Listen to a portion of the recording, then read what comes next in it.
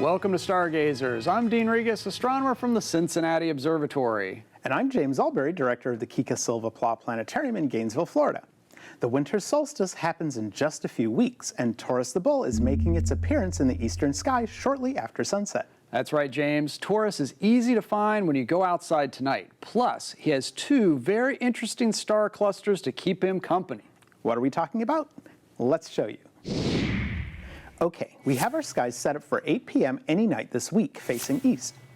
Low on the horizon, you'll see the familiar stars of Orion the Hunter. The three stars forming his belt make him easy to find, and we can use these stars to find Taurus the Bull. Start with the star closest to the horizon, then draw a line upward, and you'll run into a V-shaped pattern of stars. This marks the face of Taurus the Bull.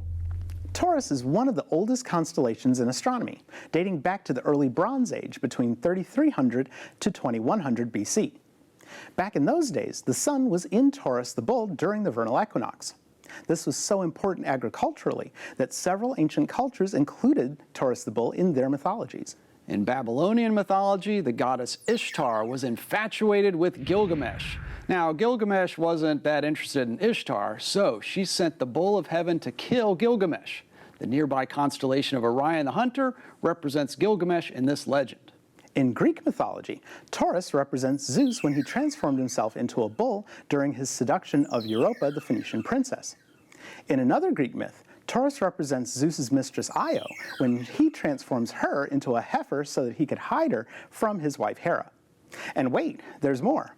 In yet another Greek myth, Zeus transforms himself into Taurus the Bull to protect the 7 daughters of Atlas from the advances of Orion the Hunter. Man, Zeus sounds like a busy guy. I know, right? I'm tired just talking about him.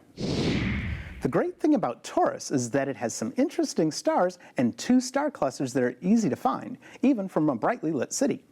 First, let's outline the constellation in detail. Drawing a line through Orion's belt, westward we reach the V-shaped pattern marking Taurus's face. This is known as the Pleiades star cluster. The Pleiades is one of the closest open star clusters to us, at an average distance of 153 light years. The brightest star in the Pleiades is named Ain, and it marks one of Taurus's eyes.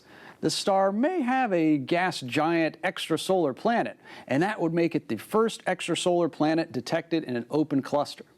Taurus's other brighter eye is the star Aldebaran, and although it looks like it's part of the Pleiades cluster, it isn't. It simply lies on the same line of sight as the Pleiades. Aldebaran is a bright orange giant star approximately 65 light years from us. It's over 44 times as wide as our almost million-mile wide sun, and it's over 500 times as bright and takes an amazing 643 days to spin one time. Okay, let's draw the rest of Taurus. Take the star at the top of the V and draw a straight line upward toward the bright star Elnath, and you'll make one of his horns. Draw a line from Aldebaran, which marks the other side of the V, and take it all the way to the not-so-bright star named Tianguan. You'll make the other horn. Tianguan, also known as Zeta Tauri, is an eclipsing binary star approximately 440 light years away. The stars that make up the binary are so close together that they can't be resolved through a telescope. However, after calculating the masses of the stars, we've figured out that the smaller star orbits the larger one every 133 days. And lastly, we come to the Pleiades. They are an open star cluster just west of the Hyades. Legend has it that the Hyades were the half-sisters of the Pleiades. Current estimates have the Pleiades hosting between 500 to 1,000 stars, and they're all less than 100 million years old. That's right, James. This cluster is so young that if you look at it even through a modest telescope, you can maybe still see the ionized gas and dust surrounding the stars. It's a great sight to see when you remember to keep looking up.